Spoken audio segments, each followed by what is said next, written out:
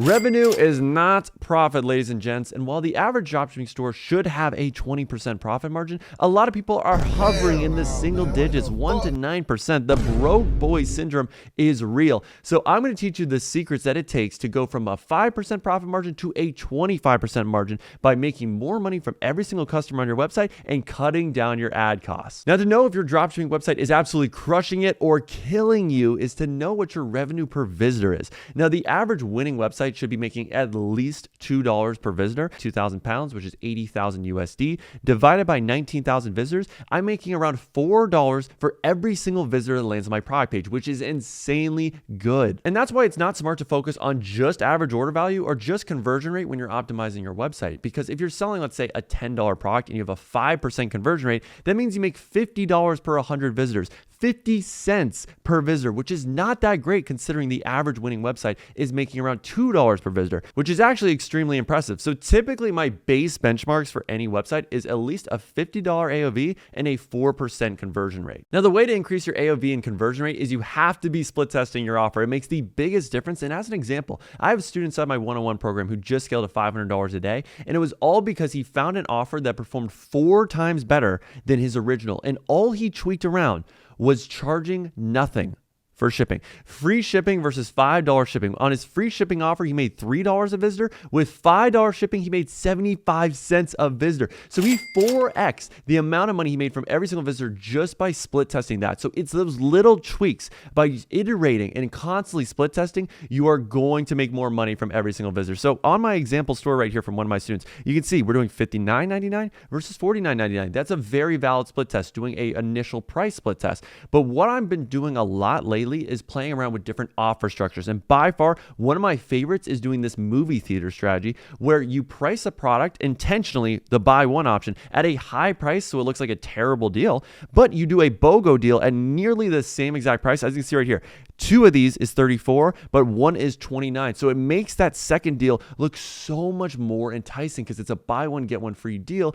And you're saying to yourself, oh, I'm getting 2 and it's only $17 each, versus if I get 1, it's $30. So since right now the best offer in the dropshipping game that's helping me scale my brands to 6 figures a month is a value stack offer like with this one right here, where we not just only have the electric pour vacuum, but multiple free gifts that help my target customer get to the results faster, you may be wondering, okay, well, if I want to sell a product and also do something similar with free gifts, where do I find those ideas? Well, for me personally, so let's say we're doing the skincare example here, I would highly recommend hop onto Temu and look for cheap products that are right now selling incredibly well in that specific niche of the product. So if you scroll down, you're going to notice, oh, an ice face roller, only $1. That's an easy upsell that will help with acne as well. So you can scroll on down, get some interesting ideas. I would highly recommend making sure the product price of the upsell product isn't anything more than $10. So that way you're not cutting into your margins too much. And if you also go into Amazon and look up your product, you can scroll down to see products related to this item to see what other people are buying that's similar. Or Amazon also has a section where they say when people buy this product, they also tend to buy this other product. And those are the gold mine upsell products that you want to have in your offer that you can offer for free to really spice up your offer, improve your conversion rate, and make more money from every visitor. So let's set up a value stack offer first inside of Kaching. So as you can see right here, I normally do the quantity breaks for the same product as my default template. And as we scroll on down, we want to make sure this only triggers for a specific product. So whatever is the main product we're advertising. So let's say it's the Core Chick, a beautiful waist trainer. And as we scroll on down, we want to go to our first offer. So obviously it's a buy one, then we probably have some sort of discount. As you can see, we have a 25% off discount.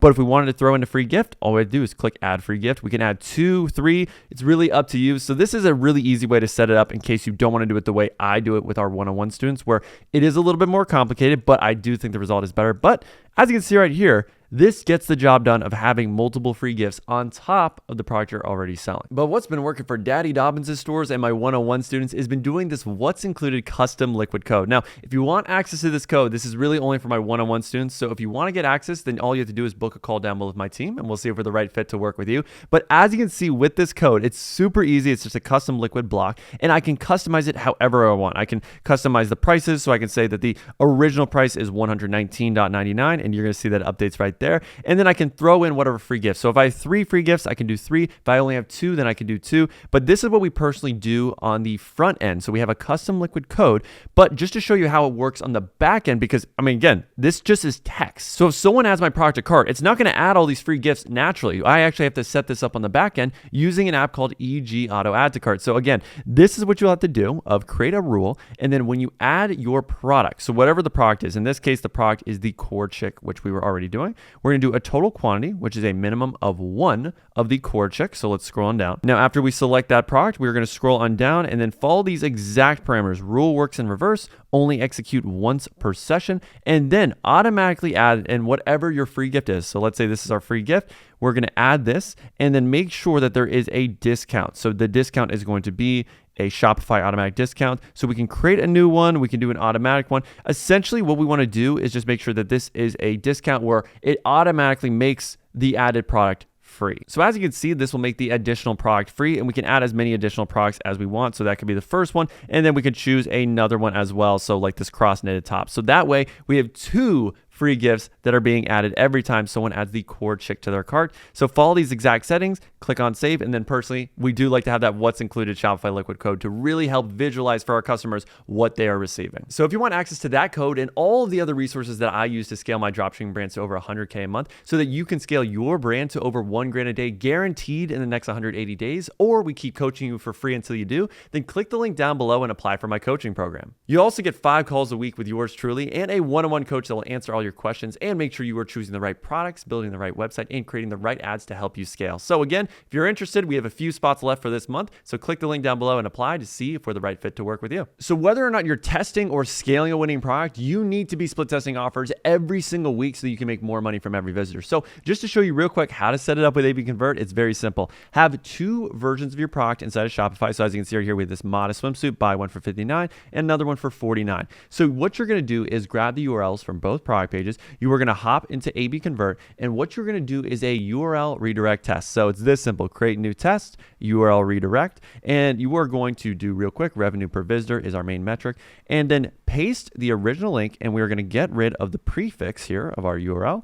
And this is going to be our original link that starts the whole split test. Then we're going to have 50% traffic go to the original. And then we're going to have to grab the other version real quick. So this one right here. And as you can see, bada bing, bada boom. It doesn't take a rocket scientist to do this here, people. I mean, I didn't even graduate from college. I can barely even spell my own name. So right there, click create test, and you are good to go. Now, the easiest way to increase your average order value as a dropshipper is just offer post-purchase upsells. So using an app like Zipify one-click upsell, you can create easy to use funnels where you can actually split test different offers post-purchase, which I absolutely love. So each funnel starts based on what the customer has purchased. So as you can see right here, add product. And if they purchase the 4-pack of pickleballs, then we are good to go. And with this funnel, once someone has put their credit card information in and they are in that buying mood, then we got to take advantage, poppies. So what we're going to do post-purchase is either sell the same product again, which I highly recommend, at a higher discount. So if I'm selling a product and it costs $19, then I would want to have a second offer where they can get another one at 15 or 12, whatever is within your margins that's realistic.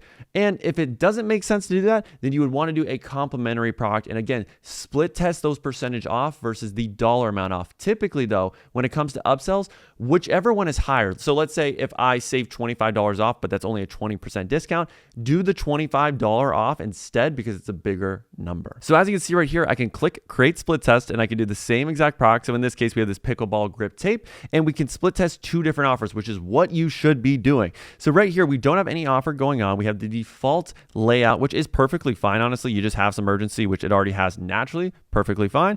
And then we want to do some sort of discount. So as you can see here, we have the 10-minute countdown timer, which I'm perfectly fine with. And we need to do our discount. So what we're going to do, typically in this case, because it's already a cheaper product, so the percentage off is going to be the bigger number. Let's do a 25% off for one, and then we are going to click on save. And then going to the next one here, we'll do the same exact thing, except the discount is going to be only a 20% off. And we'll just see which one has a higher conversion rate, which one do we make more money with, and that will be the winner. And then we should keep split testing it over and over and over again. And that's just the first offer post-purchase because people don't really want that first upsell product. That can happen. So what you could do instead is let's actually split test the product that is the initial post-purchase upsell. So in case the pickleball grip isn't what someone wants, we can do another one of the 4-pack instead. And you can even do a downsell. So if people aren't interested in either, then okay, that's perfectly fine. We can do, in this case, the premium pickleball 6-pack set to see if that's something that would be more interested in. So we've handled the first side of this equation, which is making our customers more valuable to us when they actually land on our website through post-purchase upsells and split testing our offer. Now, the next step is we need to get cheaper traffic that is still high quality to our website in the first place. And that's going to require us to lower our ad costs. Now, how do we actually go about that? Well, your cost per link click is determined by two metrics, your CPM and your CTR. The official equation for this, your CPM divided by parentheses 1,000 times whatever percentage your CTR is. So 3%, 4%, whatever it is. I know we're using PEMDAS out here. A lot of you just turned your brains off. Believe me, I get it. Just copy this formula inside of Google Sheet and then plug in your numbers and you'll be perfectly fine.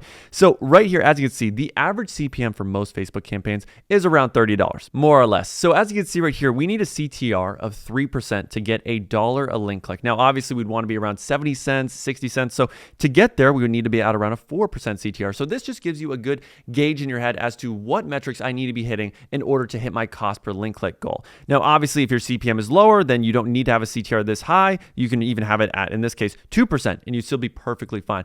But this all adjusts based on those two metrics. So how do we actually lower our CPM? Well, that's something you can't fully control because it's dependent a lot of times on your niche. If you're selling, let's say, a health product, you are naturally going to have much higher CPMs because there's only so many people interested in that health product in the first place. So it's a smaller audience. And there's a lot of advertisers spending tons of money competing against each other, trying to show their ad instead of yours. Therefore, you have to spend more money to get your ad shown on the feed. Now, if you're selling a product in a niche where it's not as competitive, then you won't have to deal with as high of CPM. So for instance, with this product, it was a men's jacket, which is decently competitive, but it's not the most competitive thing in the world. And all I did was the big 4 countries, as you can see right here, 18 to 65 men. So I kept it as broad as I could to have the biggest audience. So therefore my CPMs will be as low as possible. And as you can see right here, $7 CPMs. That's insanely good. Anything below 30 is amazing. And I would say anything above 75 usually is a little bit abnormal. So if you're testing multiple products on the same ad account and all of them have a CPM of 75 plus,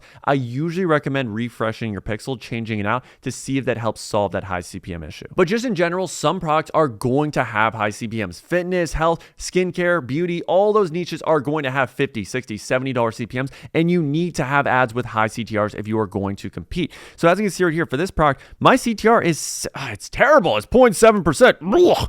Disgusting. And as you can see, the result is my cost per unique link click is not where it needs to be. So again, as benchmarks, I would highly recommend your CTR to be around 2 to 3% and your CPM to be around 30. So how do you actually increase your CTR? Well, it really comes down to make better ads. And I have so many videos on how I like to make ads. Make sure to click on one of these after this.